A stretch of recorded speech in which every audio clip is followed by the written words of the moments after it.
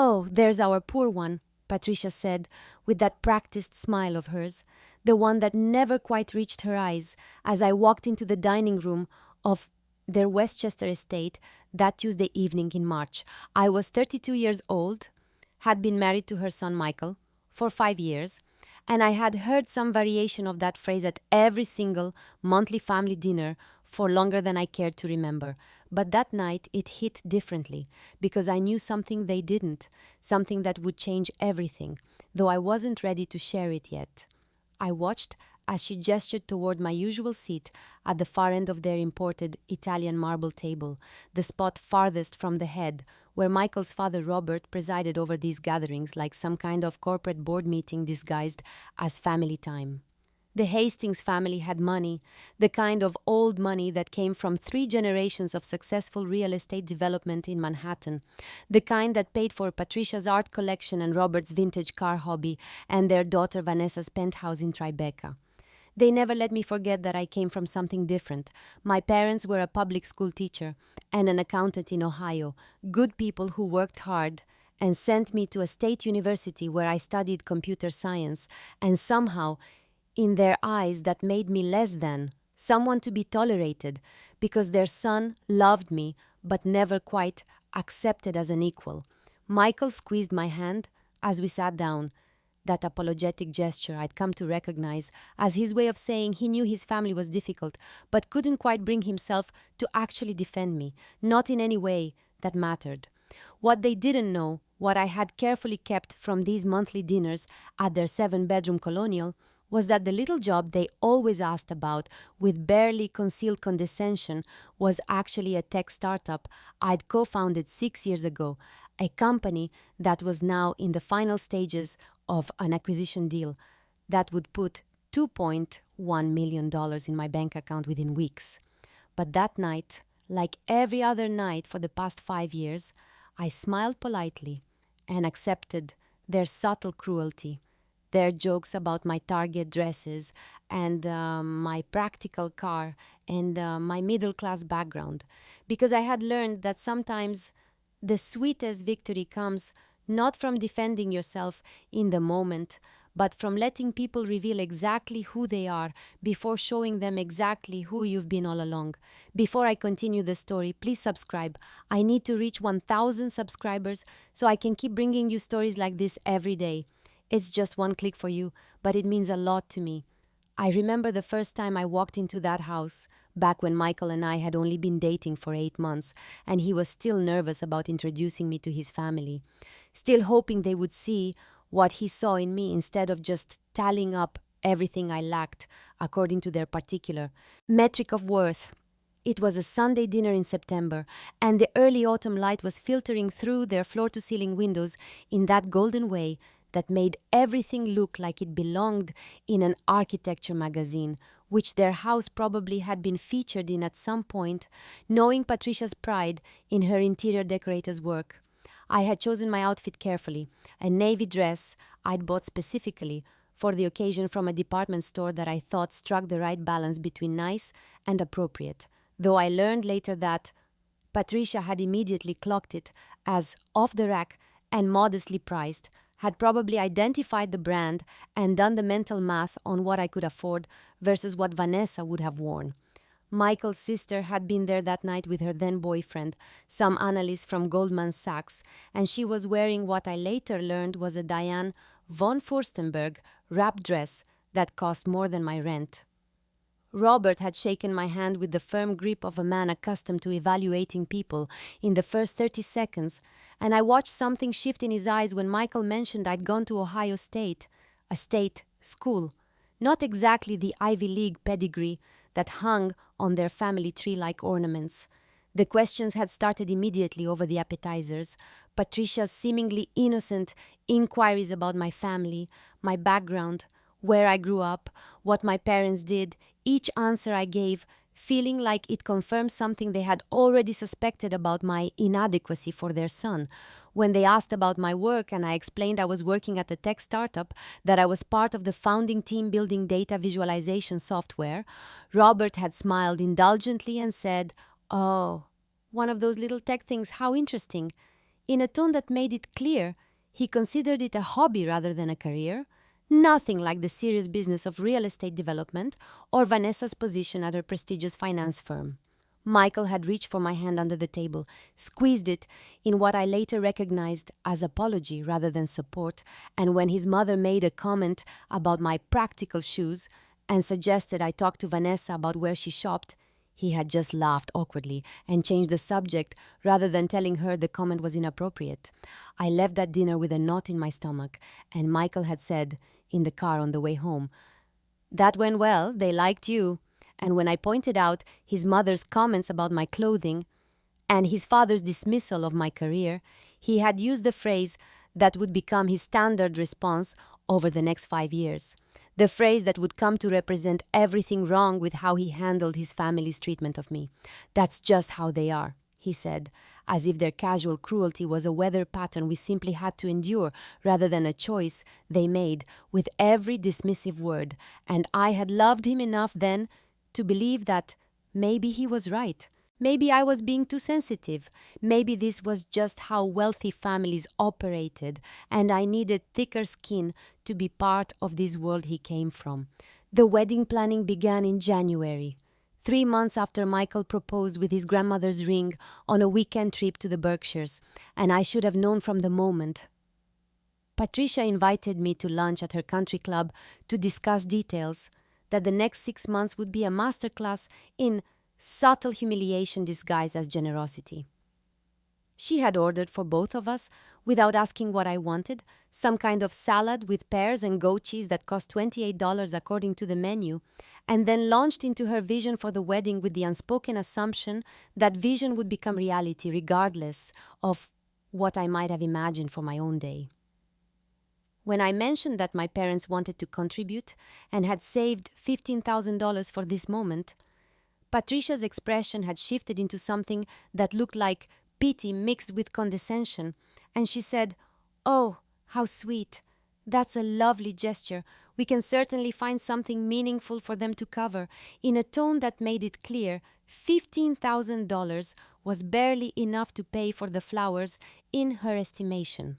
The registry incident happened in March at Bloomingdale's, where Vanessa had insisted we go together, and I had selected practical items that Michael and I actually needed for the apartment we were moving into: good quality cookware and a vacuum cleaner, and sheets with a reasonable thread count, and I watched Vanessa's eyebrows climb higher with each scan of the price gun until finally she said, "Sarah, you know you can register for nicer things. People expect to spend money on wedding gifts." And when I explained that these were nice things, perfectly good quality items that would serve us well, she had laughed and said, "Such practical choices, how economical."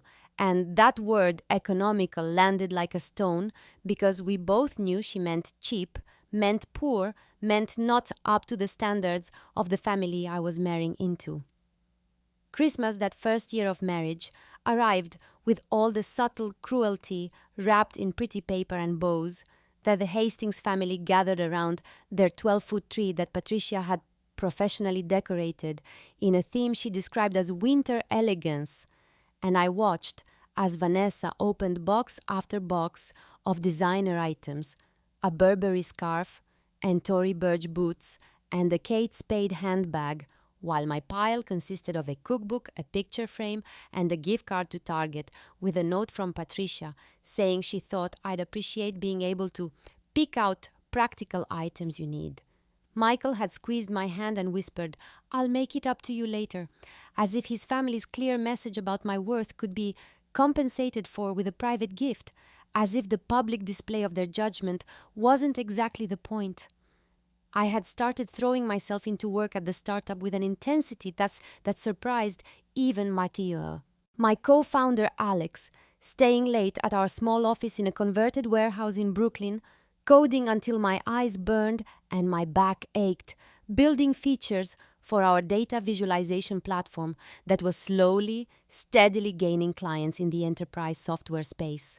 When I came home to our apartment and Michael asked about my day, I kept the details vague, partly because he didn't seem that interested in the technical aspects of what I was building, and partly because I was learning that my professional life was the one area where I had value, independent of his family's assessment, and I wanted to protect that space from their diminishment. Michael would tell me about his day at his father's real estate development firm, where he was being groomed for a partnership, and when I tried to share my own wins, a new client signed or a feature successfully launched, he would nod and say, "That's great, honey," with the same distracted enthusiasm you'd give a child showing you a crayon drawing. The phrase, "they don't mean it that way," became his standard response whenever I brought up his family's treatment, a shield he used to deflect rather than defend, and I found myself saying it less and less because what was the point of naming hurt that would only be explained away as misunderstanding rather than acknowledged as harm? Our second anniversary dinner at the Hastings estate landed on a Thursday in June, and I remember walking into that dining room with my shoulders already tense because by then I had learned to brace myself for the evening's inevitable assessment of my inadequacy. And sure enough, Robert opened with, "So, Sarah, are you still at that little company of yours?" With the emphasis on little that made it clear he considered my work a temporary phase rather than a real career, something I would eventually grow out of once I accepted a proper job with benefits and a title he could explain to his golf partners. Patricia had been on a campaign for months suggesting I consider more stable career paths, and that night, over the sea bass that cost more than I used to spend on groceries in a week, she launched into a story about her friend's daughter who had given up corporate law to become a teacher, and how fulfilling it was to have summers off and good benefits, the subtext being that I should abandon my startup for something respectable and secure, something she could understand and therefore value. Vanessa arrived late in her Mercedes, the one her finance firm had leased for her as part of her compensation package, and she apologized breathlessly before announcing she had just gotten confirmation of her promotion and her new salary would be $180,000, and I watched the family's faces light up with pride and recognition as Robert raised his glass and Patricia actually got up to hug her daughter. This concrete number they could celebrate because it fit their metric of success. It was quantifiable and impressive and came from an institution they respected. Michael squeezed my hand under the table and I knew he meant it as comfort, but it felt more like apology, like he understood his family was once again demonstrating that his sister's achievements mattered in a way mine never would. And when Robert asked me directly, "And what are you making these days, Sarah?" I saw Michael's face go tight with discomfort, but he still said nothing, and I gave my standard vague answer about startup compensation being complicated with equity and variable salary, which was true, but also convenient because it allowed me to hide the fact that my base salary was actually $75,000 plus equity that was becoming more valuable every quarter. I was working 60-hour weeks at that point, our company having gained serious traction with enterprise clients who were paying 5-figure annual contracts for our data visualization platform, and I would come home exhausted but energized by the problems I was solving and the product I was building, only to have Michael ask if I was sure I wanted to keep pushing so hard, if maybe it was time to consider whether this startup thing was really sustainable long term. And I realized he had absorbed his family's doubt about my work, had started to question whether what I was building had real value, or if I was just stubbornly pursuing something that would eventually fail and prove his family right. I would lie in bed some nights and compose the speech in my head, the moment I would tell them all that our company had just closed a round of funding that valued us at $2 million, that I owned 12% of something real and growing, that venture capitalists believed in what we were creating, even if the Hastings family never would. But then morning would come and I would decide again to keep silent, partly because I knew they would find some way to diminish even that achievement, and partly because I was starting to realize that their recognition was not actually what I needed, that proving myself to people who had already decided I was worthless was a game I could never win. The invitation to Martha's Vineyard arrived in May of our third year of marriage, a cream-colored cardstock with Patricia's perfect handwriting announcing the family's annual week at their beach house in Edgartown. And at the bottom, she had added a handwritten note that said, "Sarah, you're welcome to join if you're able to manage the expenses. We know money can be tight." And I had stared at those words, feeling the familiar burn of humiliation mixed with something new, a kind of cold anger that was starting to calcify in my chest. Michael had read the invitation over my shoulder and immediately started to explain that his mother didn't mean it the way it sounded, that she was just trying to be considerate of our budget. But we both knew that wasn't true, that the message was clear. I was being allowed to attend their family vacation as long as I could. Prove I wasn't a financial burden, as long as I could afford to keep up with their lifestyle for 7 days. The beach house rental cost $4,000 for the week when split among the adult children, and Patricia had emailed me separately with a detailed breakdown of expected expenses, the house cost plus groceries, plus activities, plus dinners out, estimating my share would be around $3,000 total, and she had ended the email with, "Let me know if this is manageable for you. We'd hate for you to feel pressured, and if needed, we could discuss a payment plan, or perhaps Robert and I could help cover some of your portion." I had written back within an hour saying I would transfer my full share immediately, which I did. $3,300 sent via wire transfer that same day, money that came from my own savings account that held the salary I had been quietly accumulating while my company grew, and I felt a grim satisfaction in knowing I could meet their test while they remained completely ignorant of the fact that my personal savings account held over $70,000 and my equity in the company was now worth close to $300,000 on paper after our recent funding round. The week in Martha's Vineyard was everything I expected, beautiful and excruciating in equal measure, long days on private beaches and dinners at restaurants where Patricia knew the owners by name.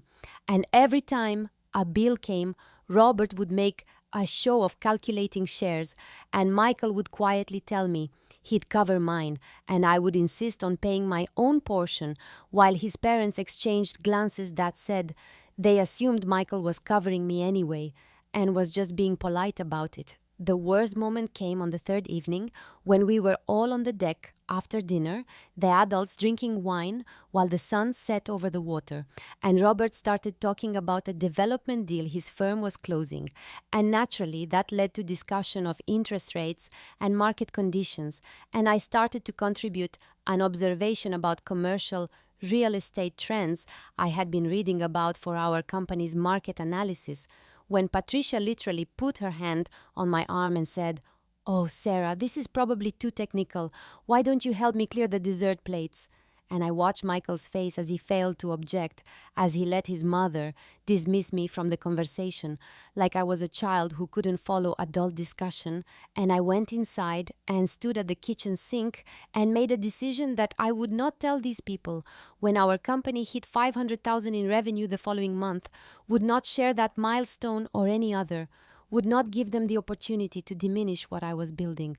The nickname started sometime that fall, though I can't pinpoint the exact moment when I stopped being Sarah and became the poor one in the Hastings family lexicon, but I remember the first time Patricia said it in front of other people at Thanksgiving dinner when she had invited another couple from their country club, and she was doing introductions in the foyer, and she gestured to me with her wine glass and said with a bright laugh, "And this is Sarah, Michael's wife, our poor one."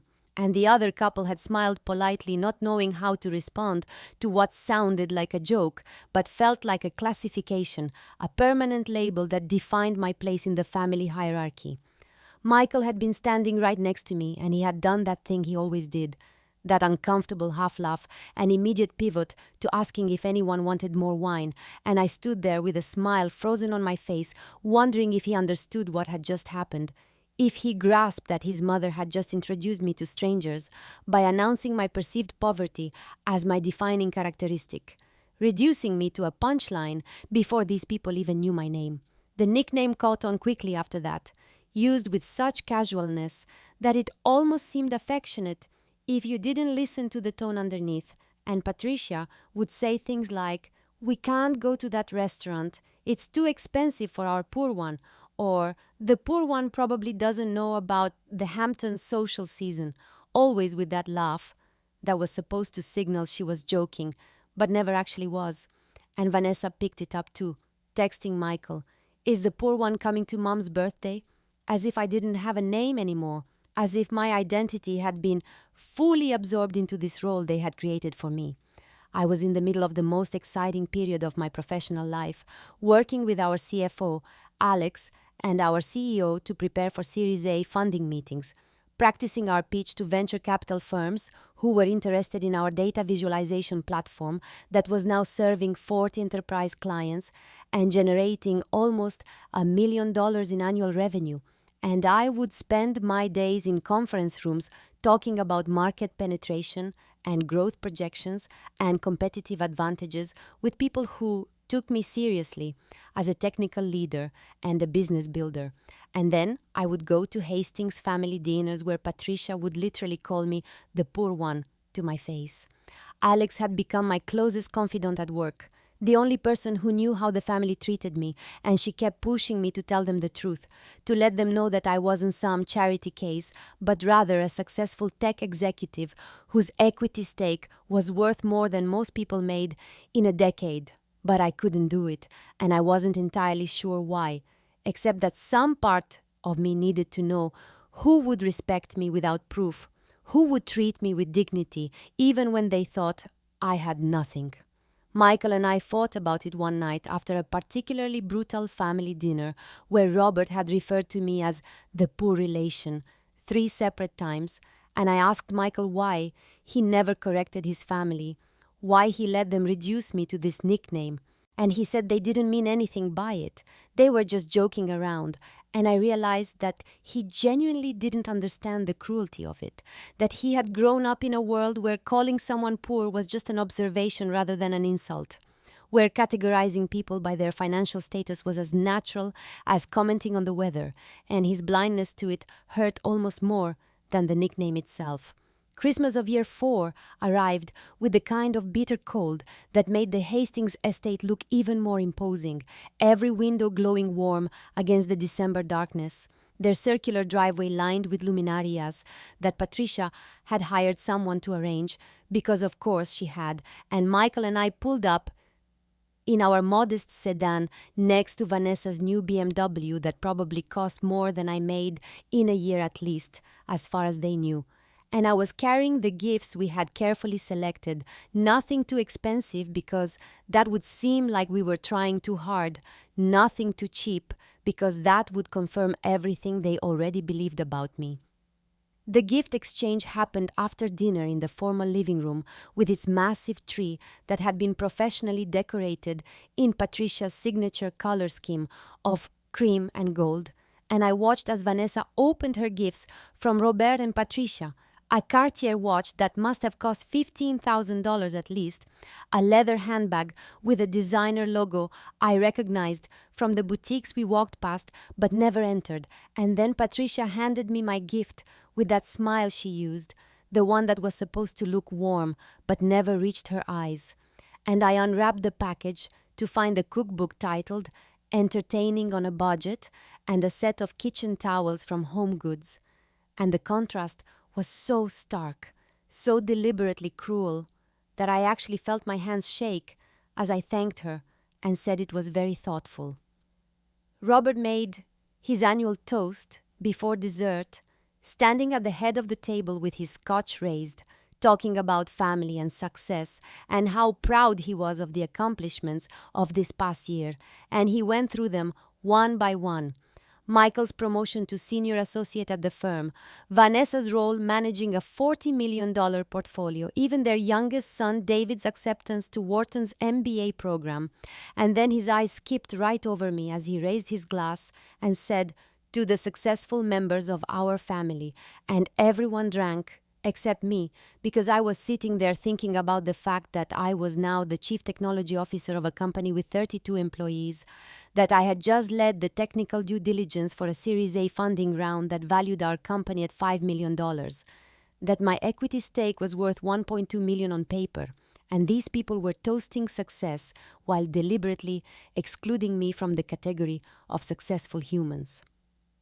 The ride home was silent until we pulled into our driveway, and I turned to Michael and asked him, point blank, why he didn't defend me, why he let his father make that toast without including me, why he sat there and drank while his family made it clear I was the failure among them. And Michael said what he always said, that they didn't mean it that way, that I was being too sensitive, and something inside me cracked because I realized he genuinely believed that his family's treatment of me was normal.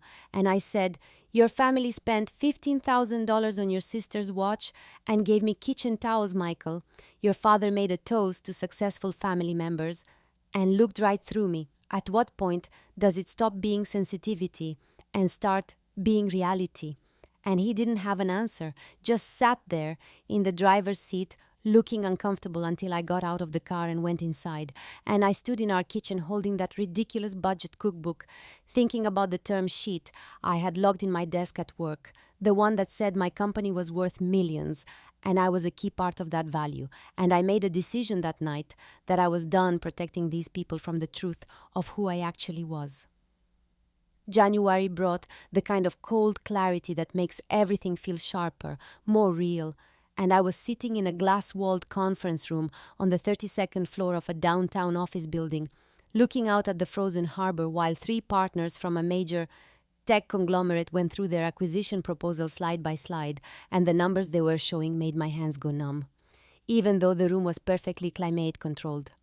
$8 million for our company, with the deal structured so that my share after taxes and investor payouts would be $2.1 million.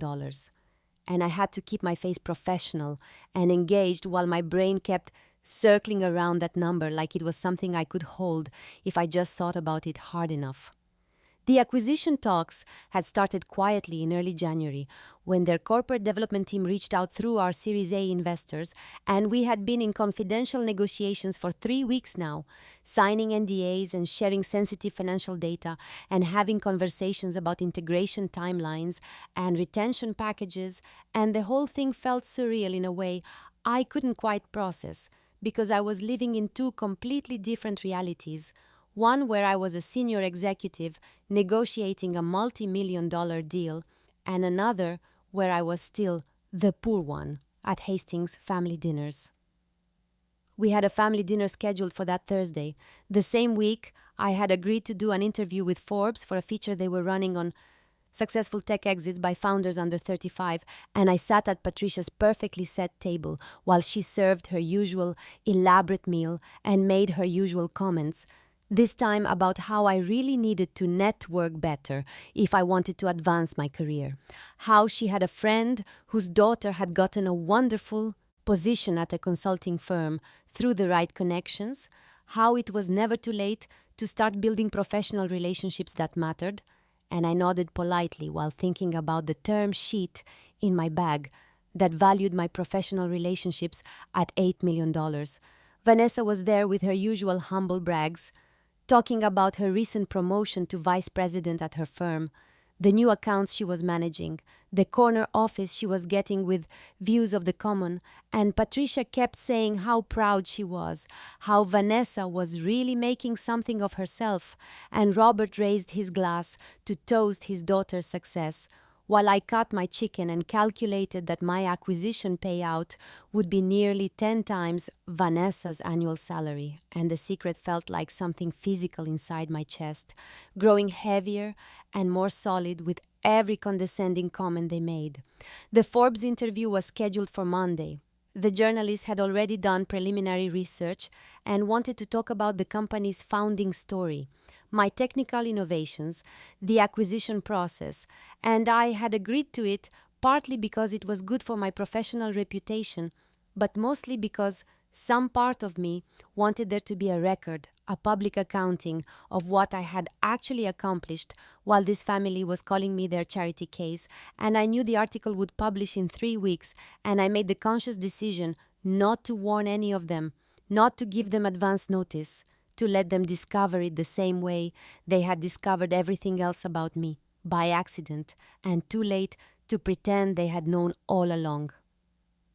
The Forbes interview happened on a Tuesday morning in their downtown office with floor-to-ceiling windows that looked out over the financial district, and the journalist was a woman named Jennifer Chen, who had done her research, who had read our technical white papers and talked to our investors and clearly understood what we had built in a way that Robert and Patricia and Vanessa never had. And she started by asking me to tell the founding story from the beginning, how we had identified the gap in the market for enterprise data security solutions, how I had built the initial architecture in my apartment while working another job, how we had grown from 3 people in a co-working space to 32 employees with major clients and a pending acquisition. I found myself talking freely in a way I never did at Hastings family dinners, explaining the technical innovations that made our product unique, the leadership challenges of scaling a team, the negotiations with venture capitalists who initially underestimated a female CTO, and Jennifer was nodding and taking notes and asking follow-up questions that showed she actually cared about the answers. And at one point she said, "So you built this entire company while your in-laws thought you were unemployed," because apparently she had done enough background research to find some social media mentions, and I laughed and said, "Not unemployed, just unsuccessful." And she wrote that down with a knowing smile that suggested she had heard stories like this before. The interview lasted 2 hours and included a photo shoot with a professional photographer who positioned me in front of a wall of code that my team had written. And Jennifer told me the article would publish in 3 weeks as part of their feature on successful tech exits by entrepreneurs under 35. And she said my story was exactly the kind of narrative they wanted to highlight. A founder who had built something significant without the usual advantages of industry connections or family money. And I signed the release forms and went back to my office feeling like I had just lit a fuse on something that couldn't be unlit. The publication date was set for March 15th, and I looked at my calendar and saw that the monthly Hastings family dinner was scheduled for March 17th. 2 days after the article would go live, and I made a deliberate choice in that moment not to tell them, not to give them any warning or preparation, to let them discover what I had built the same way they had discovered everything else about me, by accident and with complete surprise. Michael still didn't fully grasp the scale of what was happening, even though I had told him about the acquisition talks, because when I mentioned the Forbes interview, he said, "That's great, honey," in the same tone he used when I told him about a good day at work, and I realized he genuinely couldn't conceive of me as the kind of person who got featured in Forbes. His understanding of me was still too shaped by his family's assessment, and part of me was sad about that, but another part of me was curious to see his reaction when the article published with my photo and my title and the $8.2 million acquisition price spelled out in print. The acquisition negotiations intensified through February with lawyers and bankers and due diligence teams combing through every aspect of our company, and I was working 16-hour days while still showing up to family dinners where Patricia asked if I had considered going back to school for something more practical, and Robert suggested I talk to Michael about opportunities at his firm, and I smiled and nodded and counted down the days until publication, until the moment when their entire understanding of who I was would detonate like a bomb they never saw coming. The deal closed on March 7th in a conference room that smelled like expensive coffee and new leather, with our legal team on one side of the table and their legal team on the other, and papers spread everywhere requiring signatures and initials, and I signed my name 23 times while our lead attorney walked us through each document, the asset purchase agreement, and the employment contracts, and the non-compete clauses, and the escrow arrangements, and when the final signature was done, the lead partner from the acquiring company stood up and shook my hand and said, "Congratulations, you built something remarkable," and I felt the reality of it hit me in waves. $8.2 million for the company we had built from nothing, $2.1 million as my share after taxes and investor payouts and employee bonuses, and my business partner Alex grabbed me in a hug that lifted me off my feet while our early employees cheered, and someone popped champagne that sprayed across the polished conference table.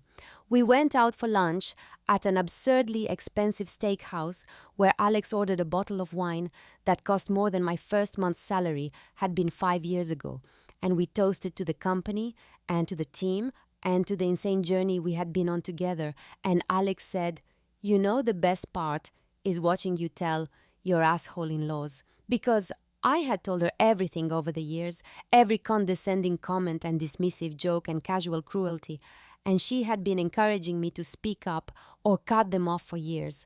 But now she raised her glass and said, "This is going to be so much better than anything you could have said."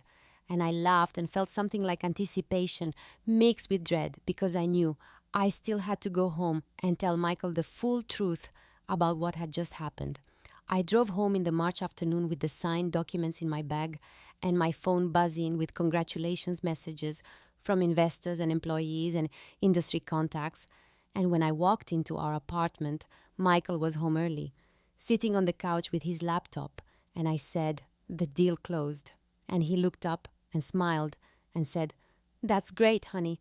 How much was your bonus?"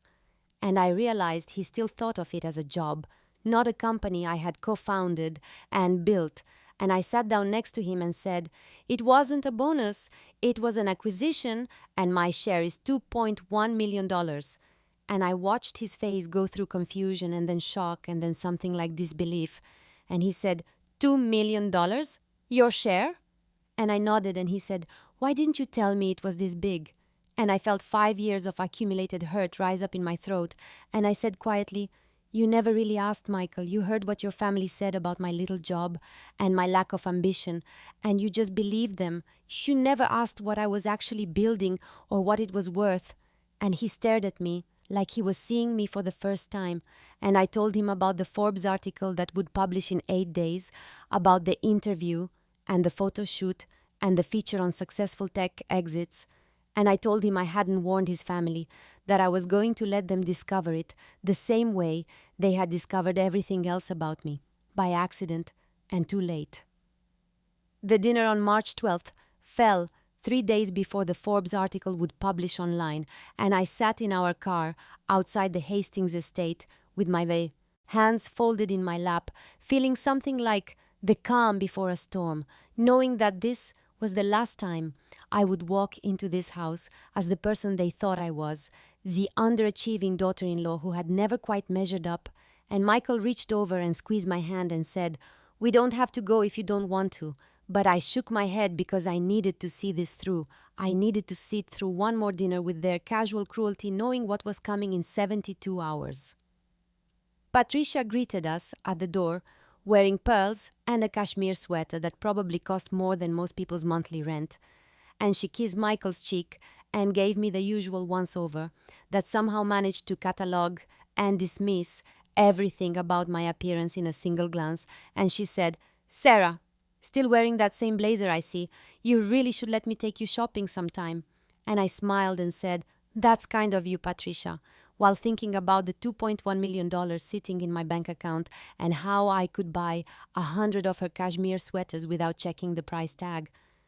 Robert was in the living room with a bourbon, and he shook Michael's hand with genuine warmth and gave me a nod that barely qualified as acknowledgement. And within 5 minutes, he was asking Michael about a deal at the firm and talking to him like I wasn't even in the room, which was standard practice, and I sat on the cream-colored sofa that I had always been slightly afraid to touch and listen to them discuss commercial real estate value, while Patricia fluttered around, offering drinks and canapes that looked like they had been catered by someone who charged by the square inch. Vanessa arrived 20 minutes late, wearing a designer dress I recognized from last month's Vogue and an expression of barely contained excitement. And she kissed her parents and hugged Michael and gave me a smile that didn't quite reach her eyes. And before we even sat down for dinner, she announced, "I have news. I got the promotion. They made me senior vice president, and I'm now making $220,000 base plus bonus." And Patricia actually squealed, and Robert stood up to hug her. And Michael congratulated his sister, while I sat there feeling invisible and thinking about how Vanessa's salary was impressive. but is still just 10% of what I had made in a single week when the acquisition closed. Dinner was Patricia's usual performance of culinary excess, courses that kept coming while she explained where each ingredient was sourced and how much effort went into preparation, and somewhere between the Chilean sea bass and the dry-aged steak, Robert turned to me and said, "Sarah, have you given any more thought to what you want to do with your career? Because I could probably get you an interview at Michael's firm for an administrative position, something with benefits and stability." And I felt Michael tense beside me, but I just smiled and said, "That's generous, Robert, but I'm happy where I am." And Patricia jumped in with, "But darling, you can't just drift forever. You need to think about your future, about security." And she said it with such concern, such maternal condescension, like she was genuinely worried about my well-being rather than judging me for failing to meet her standards. The cruelty reached its peak during dessert when Patricia was serving something French and complicated involving layers of chocolate and gold leaf, and one of her friends from the country club called and she put it on speaker because she had no boundaries. And her friend Margaret said something about a charity gala, and Patricia laughed and said, "Oh, we'll definitely be there. Let me just check with Michael and Vanessa since they're our successful ones, and we'll bring Sarah too. She's our charity case." And she said it like it was a joke, like it was an affectionate family nickname, rather than a knife sliding between my ribs. And everyone laughed, except Michael, who looked uncomfortable, and me sitting there with a smile frozen on my face, thinking 3 more days. Just 3 more days.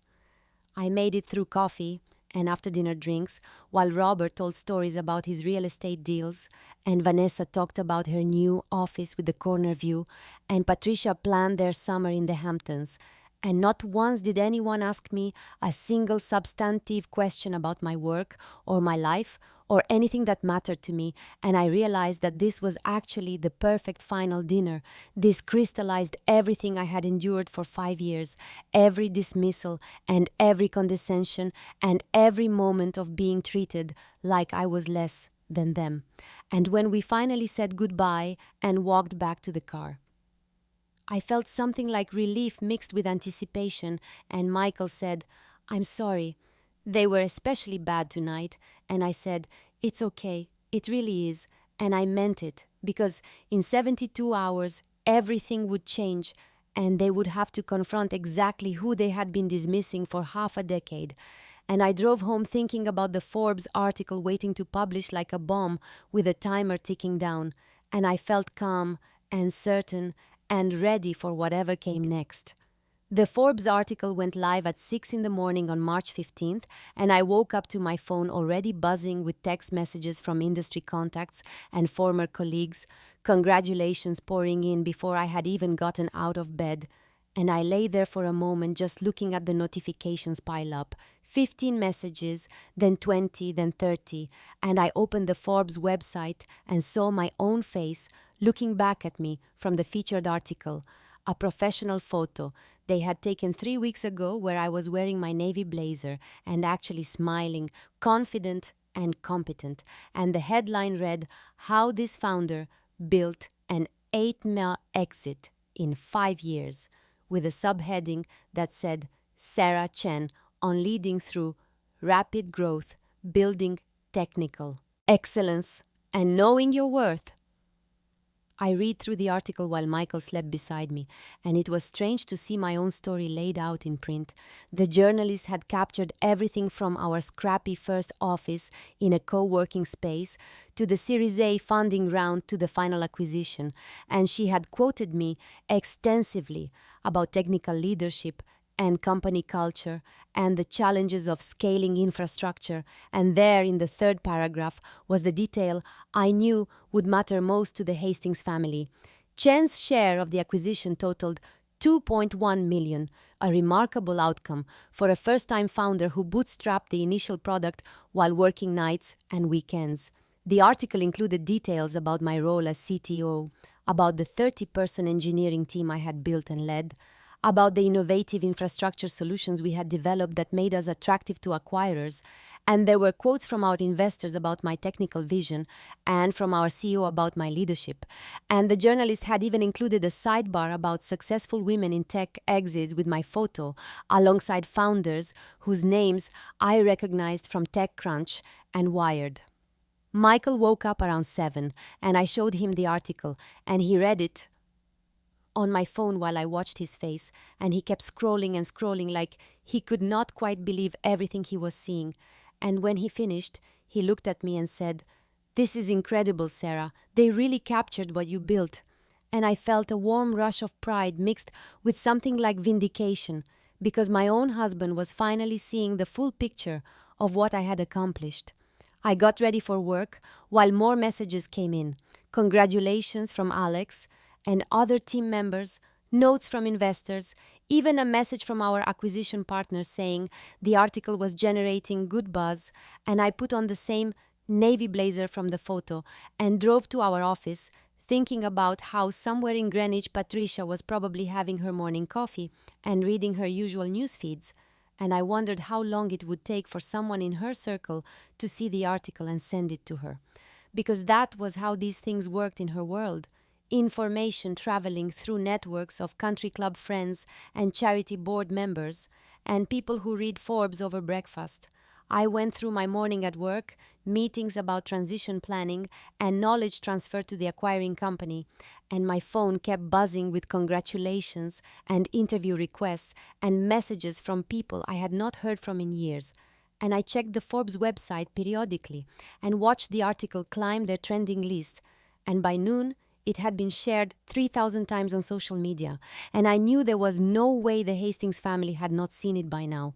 No way they could still be unaware that the daughter-in-law they had dismissed as their charity case had built and sold a multi-million-dollar company while sitting through their monthly dinners and absorbing their casual cruelty. And I waited for my phone to ring with a call from Patricia or Robert or even Vanessa. But the only call I got from that family was from Michael at 2 in the afternoon saying, "My mom just called me. She saw the article. They want us to come to dinner tomorrow night." Michael's phone call came at 2:14 in the afternoon while I was in a meeting about the technical transition plan, and I saw his name flash on my screen, and I excused myself to take it in the hallway. And when I answered, he said, "Sarah, my mom just called. She's hysterical. She saw the Forbes article." And there was something in his voice that was equal parts shock and what might have been pride. And he said, "My dad called right after, and Vanessa, they all saw it. Everyone's seen it." And I leaned against the wall in the corridor outside the conference room and felt my heart rate pick up, even though I had known this moment was coming, had been waiting for it. And I said, "What did they say?" And Michael exhaled slowly and said, "My mom was crying, actually crying. She kept saying she had no idea, that she didn't understand how this happened, and my dad sent me an email with the article attached, like I hadn't seen it, and Vanessa called and asked if it was real, if the numbers were real, if you actually made $2 million. I closed my eyes and pictured Patricia in her pristine kitchen with her morning coffee, probably still in her silk robe, opening her phone to find a message from one of her country club friends, Margaret or Diane, or one of the other women who populated her carefully curated social circle. Someone sending the article with a message like, "Isn't this your daughter-in-law?"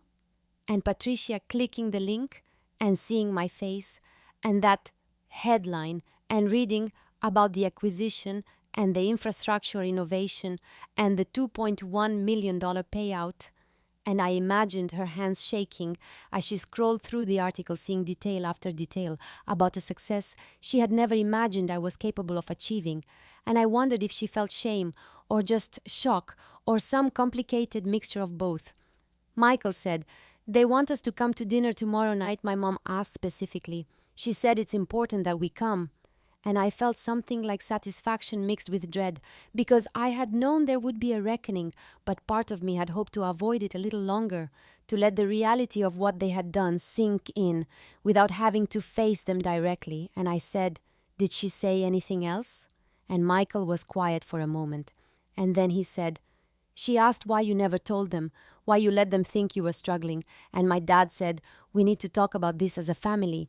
And I almost laughed at that, because now, suddenly, we were a family that needed to talk, now that I had proven my worth in terms they could understand, in dollars and Forbes articles and public recognition. I asked Michael if he wanted to go, and he said, I think we should. I think you've earned the right to face them with this. And I appreciated that. He said I had earned it, that he was positioning this as my victory rather than their humiliation. And I told him I would think about it and we could talk when I got home. And I ended the call and stood in the hallway for another minute, just breathing and processing the fact that they knew that the secret I had carried for 5 years through monthly dinners and casual cruelties was now public knowledge, and I felt relieved and anxious and ready and terrified all at once.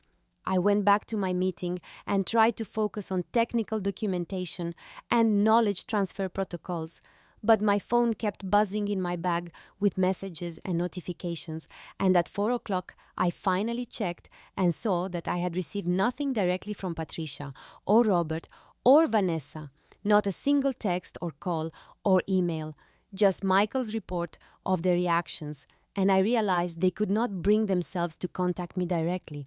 They needed the buffer of their son.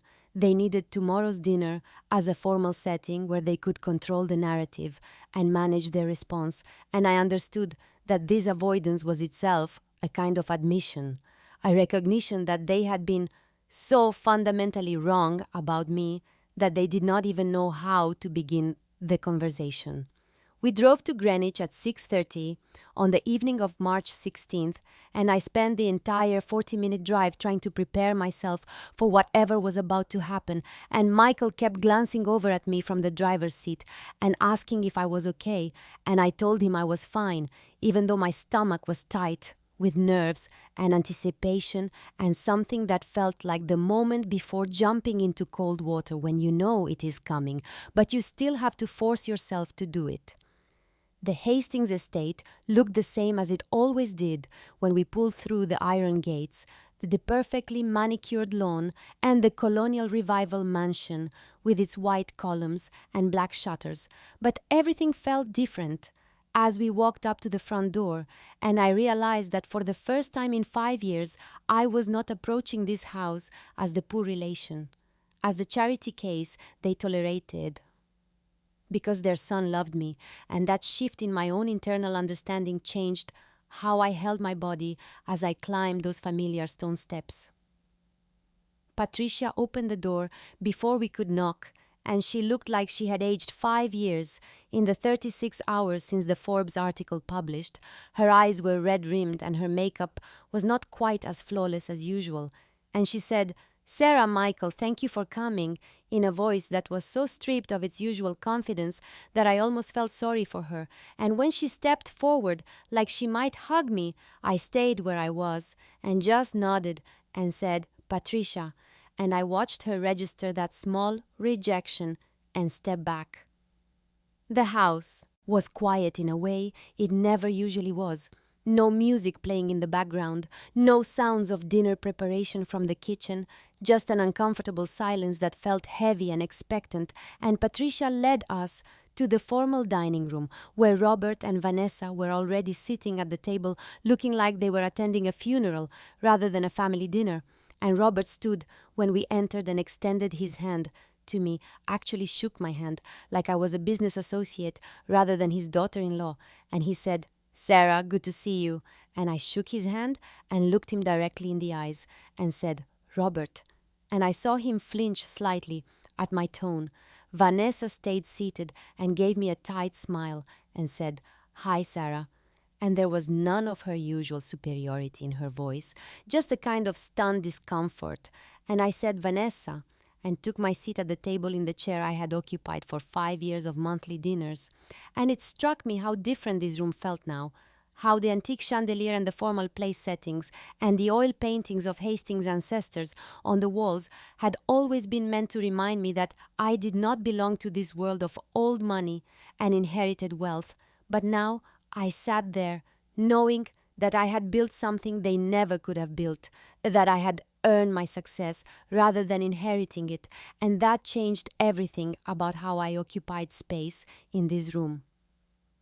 Patricia had someone bring out the first course, and we sat there in excruciating silence as bowls of French onion soup were placed in front of us, and I watched Robert pick up his spoon and put it down again and clear his throat, and finally Patricia said, "So we saw an interesting article yesterday," and her voice was trying for casual but landed somewhere closer to strained, and I took a sip of water and said, "Yes, the Forbes piece published on Tuesday," and I kept my tone even and matter of fact, like we were discussing the weather rather than the public revelation that had shattered their entire understanding of who I was. And Robert leaned forward and said, "Sarah, why didn't you tell us about your success, about what you had built?" And there was something in his voice that might have been genuine confusion, like he truly could not understand why I had not shared this information with them. And I set down my water glass and looked at him directly and said, "I tried to tell you multiple times over the years, but you were not interested in hearing about my work." And I watched his face shift as he tried to process that. And Patricia said, "What do you mean we always asked about your job?" And I felt something sharp and clarifying move through me, and I said, "You asked if I was still at my little company. You suggested I look for something more stable. You offered to help Michael find me a position at a real firm." And I used their own words, threw them back across the table like cards being laid down in a game, and Patricia's face went pale, and she said, "I was just trying to be helpful," and I nodded and said, "At Christmas 3 years ago, when the company hit our first major revenue milestone, I mentioned we were growing, and Robert asked if that meant I might finally make a decent salary. And when I tried to explain what we were building, he changed the subject to talk about Vanessa's year-end bonus." Robert put down his spoon, and I saw his hand was shaking slightly, and he said, "I don't remember that." But his voice said he was starting to remember, starting to piece together all the moments when he had dismissed me or talked over me or redirected conversations away from my work because he had assumed it was not worth discussing. And I said, "At Thanksgiving 2 years ago, I mentioned we were in acquisition talks, and Patricia told me not to get my hopes up, because most startups fail." And Patricia made a small sound and pressed her napkin to her lips. And Vanessa said, "We didn't know it was such a serious company. You never said it was worth millions."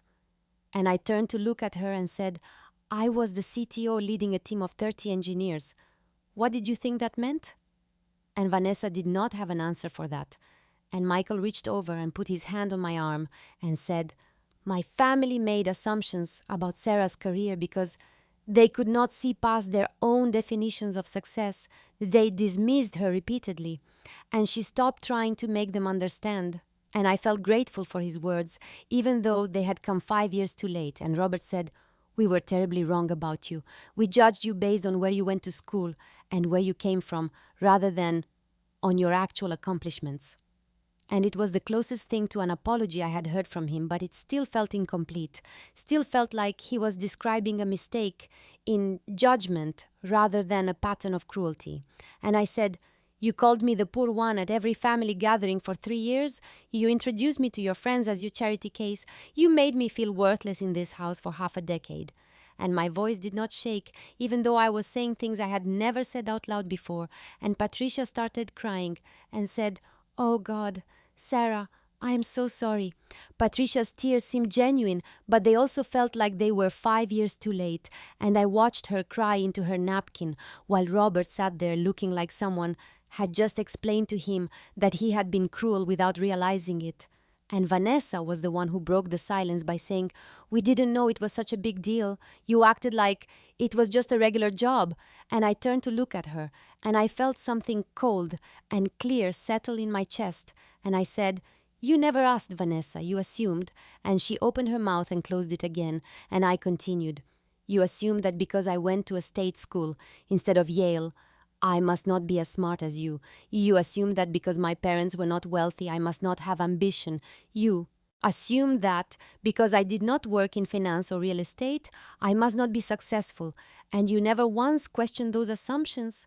And Vanessa's face flushed, and she said, "That's not fair. You never corrected us." And I laughed, and it was not a kind sound, and I said, "I tried to correct you dozens of times, but you were not listening. You were too busy talking about your own career and your own achievements to hear anything I said about mine." And Patricia said, "We were just joking with you, Sarah. It was family teasing. We did not mean to hurt you." And I looked at her directly and said, "For 5 years, Patricia, you called me the poor one for 5 years. You introduced me to your friends as your charity case. You made comments about my clothing and my background and my education at every single family gathering, and when I would try to talk about my work, you would change the subject or suggest I look for something more stable. That is not teasing. That is cruelty." And the word hung in the air between us, and I watched Patricia flinch like I had slapped her. And Robert said, "We were wrong. We were incredibly wrong about you, and I am trying to understand why you did not tell us the truth about your success." And I felt Michael's hand tighten on my arm, and he said, "Because you made it clear that you were not interested in her truth. You made it clear that you had already decided who Sarah was, and nothing she said was going to change your minds." And I felt grateful for his words, even though I also felt angry that he had not said them years ago. And I looked at Robert and said, "I kept quiet partly because you had made me feel like my work did not matter, but also because I wanted to see who would believe in me without proof, who would treat me with respect before they knew I had money, and all of you failed that test." And I watched that land, and I watched them realize that I had been conducting an experiment for 5 years, that I had been observing them just as much as they had been judging me. And Vanessa said, "That's not fair. You were testing us." And I said, "Yes, and you all failed repeatedly, and now you know what that feels like." Patricia looked at me through her tears and said, "We were terrible to you, Sarah. We were cruel and dismissive, and we made you feel unwelcome in this family." And her voice was thick with genuine remorse, and Robert cleared his throat and said, "I was a snob. I judged you unfairly based on criteria that had nothing to do with your actual worth or accomplishments, and I am deeply ashamed of how I treated you." And his words sounded formal and stilted, but I could see that he meant them, could see that he was genuinely reckoning with his own behavior for perhaps the first time. And Vanessa sat there with her arms crossed and her face flushed, and finally she said, "I'm sorry too." But her voice was tight, and I could tell that her pride was wounded, that some part of her was still processing the fact that I had been more successful than her all along, and I appreciated that she had at least said the words even if they did not come easily to her. And I sat there looking at all three of them, and I did not feel the rush of satisfaction I had imagined I might feel at this moment. Instead, I felt tired and sad and oddly empty. And I said, "I appreciate your apologies, but I need you to understand that this is not just about the money or the business success. This is about the fact that you never saw me. You never tried to see me. You decided who I was on the first day you met me, and nothing I did or said for 5 years changed your minds." And Patricia nodded and said, "You're absolutely right. We didn't see you. We didn't want to see you, because that would have required us to question our own assumptions about what makes a person valuable." And I felt something shift slightly at her words, because they suggested she actually understood what she had done wrong. And Robert said, "How do we move forward from this? What do you need from us?" And I thought about that question carefully before I answered, and I said, "I needed you to see me for who I actually am, not for what you assumed I was. And now that you know the truth about my career, I need you to understand that my worth was not created by the Forbes article or the acquisition. It existed before you knew about it, and it would have existed even if the company had failed." And I watched them process that, and Vanessa said quietly, "You're right." And I think that's what makes this so uncomfortable, realizing that we were wrong about you the entire time. And I nodded and said, "What real family support looks like is believing in someone before they have proof, asking questions because You're genuinely interested, rather than because you're being polite, defending someone when others put them down, and I did not receive any of that from you." And Patricia said, "What can we do to rebuild your trust?" And I said, "That depends on whether you can treat me with respect moving forward, because I will not come back to dinner where I am made to feel less than. I will not subject myself to that treatment again, regardless of your apologies tonight." And Robert said, "That's fair. That's more than fair." And I said, "I am not interested in revenge or in making you feel terrible, but I am also not interested in pretending the last 5 years didn't happen. So if we're going to have a relationship going forward, it needs to be built on mutual respect, or I would rather have distance." And I watched them absorb my terms, and I felt Michael's hand squeeze mine under the table.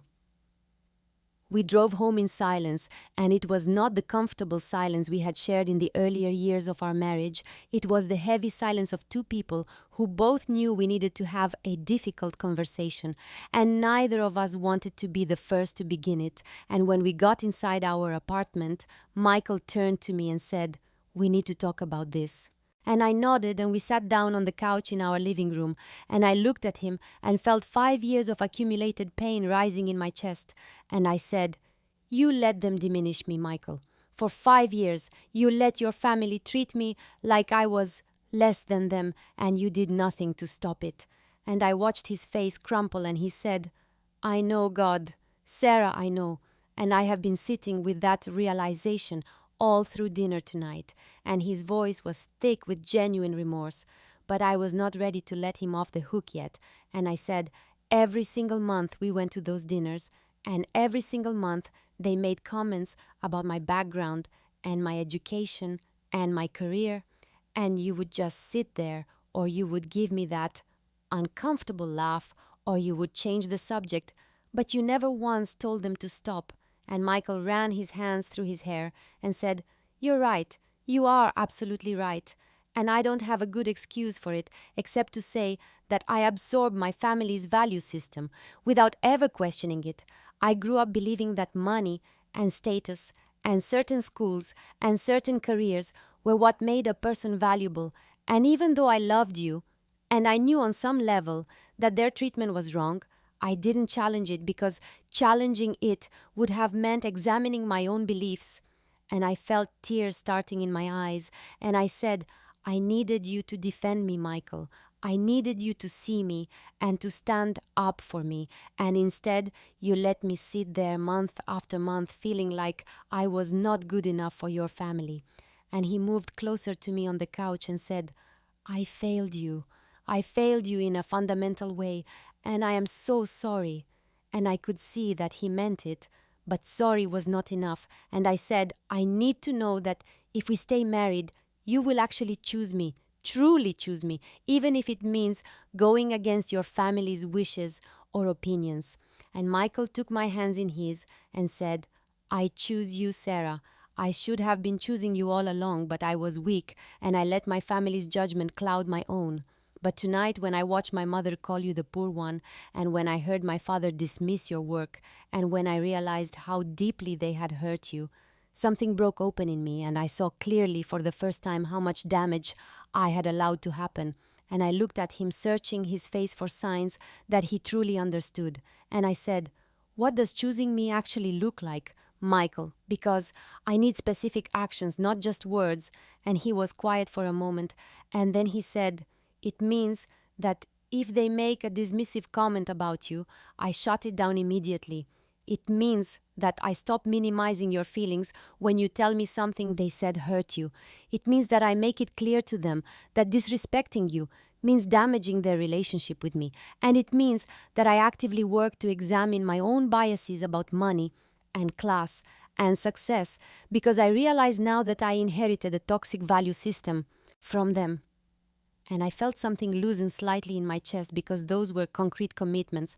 And I said, "I need you to know that rebuilding my trust is going to take time. This is not fixed because of one conversation." And Michael nodded and said, "I understand, and I'm willing to do the work for as long as it takes." 3 months after the confrontation dinner, I drove to the family estate on a Sunday afternoon. And I realized as I parked in the circular driveway that I did not feel the familiar knot of anxiety in my stomach, did not feel the defensive tension in my shoulders that had always accompanied these visits. And when Patricia opened the door, she smiled at me warmly and said, "Sarah, it's so good to see you." And her tone was genuine rather than performative. And inside the house, the atmosphere felt fundamentally different in ways both obvious and subtle. And we gathered in the dining room where Michael was already talking with his father. And I heard Robert say, "So I'd actually like your perspective on something. Sarah, we're looking at some tech investments, and I realized I don't understand the sector as well as I should." And he sounded genuinely interested, rather than condescending. And during dinner, Patricia asked me about my new venture into angel investing, and she listened attentively as I explained that I was focusing on backing female founders in underrepresented industries. And she said, "That sounds incredibly meaningful. How many companies are you working with?" And I told her about the 4 startups in my current portfolio, and she asked intelligent follow-up questions about my investment thesis and due diligence process.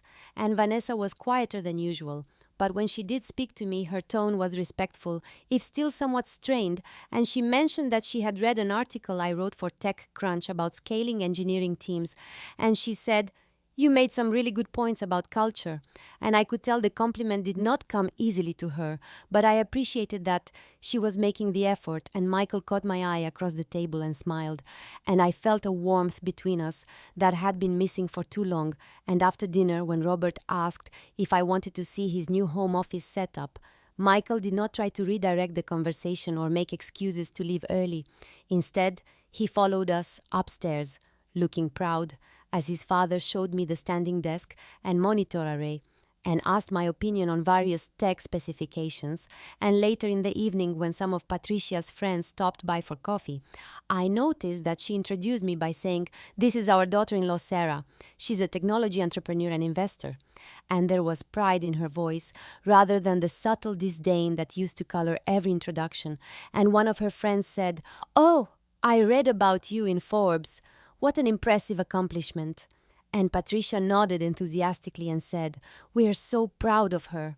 And I felt Michael's hand on my lower back, and I knew that if Patricia's friend had not been there, he would have called his mother out on the revisionist history, would have reminded her that pride was a recent development, because he had been true to his word about holding his family accountable and driving home. That night I said to Michael, "That was actually pleasant," and he squeezed my hand and said, "They're really trying. I can see them actively catching themselves when they start to fall into old patterns." And I nodded and said, "I can see it too, and I appreciate the effort even though part of me is still angry about the years they wasted." And Michael said, "That's fair. You're allowed to hold both things at once." And I realized that what felt most different was not just their changed behavior, but my own changed relationship to their approval, because I had walked into that house knowing that my worth existed, independent of whether they recognized it, and their newfound respect was gratifying, but it was no longer something I desperately needed. 1 year after the Forbes article published, I sat at my desk in my home office, looking out the window at the autumn leaves falling in slow spirals, and I realized that I felt fundamentally different than I had felt during all those years of enduring my in-laws' dismissiveness. And the difference was not just that they now treated me with respect, or that Michael had learned to truly stand up for me, or even that I had achieved undeniable professional success. The difference was that I had finally internalized the truth I had intellectually known but never fully believed, which was that my worth had always existed independent of anyone else's ability or willingness to recognize it. My phone buzzed with a text from Patricia asking if Michael and I were coming to Sunday dinner, and mentioning that she had invited a founder I might want to meet who was raising a seed round, and I smiled at how completely the dynamic had shifted, how she now positioned herself as someone who could add value to my professional network rather than someone who needed to tolerate my presence at family gatherings. And I texted back that we would be there, and then I returned to reviewing a pitch deck from a healthcare startup founded by two women who had left successful corporate careers to build something meaningful, and I found myself thinking about how I might have dismissed my own ambitions if I had listened to Patricia's suggestions 5 years ago about pursuing more stable and conventional paths. That evening, Michael came home from work and found me in the kitchen making dinner, and he wrapped his arms around me from behind and said, "Big day tomorrow," because I was giving the keynote address at a Women in Tech conference, and he had cleared his calendar to be there, and I leaned back against him and said, "I'm a little nervous, actually." And he kissed my temple and said, "You're going to be incredible, you always are." And I felt the security of knowing that he saw me clearly now and that he had done the difficult work of examining his own biases and actively dismantling the toxic value system he had inherited from his family.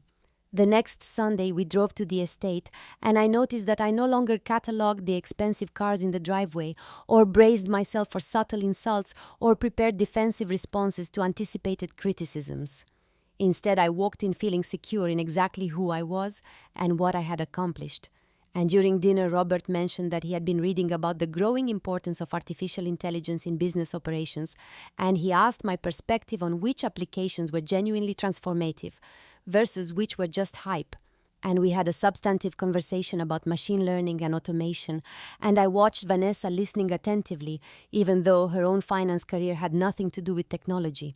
And Patricia served dessert and mentioned that she had been volunteering with an organization that provided business mentorship to women from underserved communities.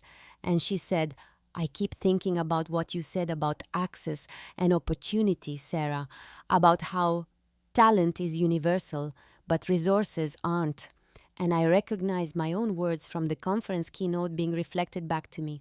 And I felt something complex, a mixture of satisfaction that she was genuinely learning and growing, and a residual ache for the years when she could not see past her own narrow definitions of success. Driving home that night, Michael said, "My mom is really trying. Did you notice how she's actually applying things you've said?" And I nodded and said, "I did notice, and I appreciate it, but I also want you to know that while I'm glad our relationship with your family has improved, I don't need their validation the way I used to think I did." And Michael squeezed my hand and said, "I know. I can see the difference in you. You walk into that house now like you know exactly who you are." And I realized that was precisely it. I had finally learned that my worth was not determined by their recognition or anyone else's recognition, that I had always been exactly as valuable as I was now. The only thing that had changed was that I finally believed it myself, and that belief was the truest and most lasting victory of all.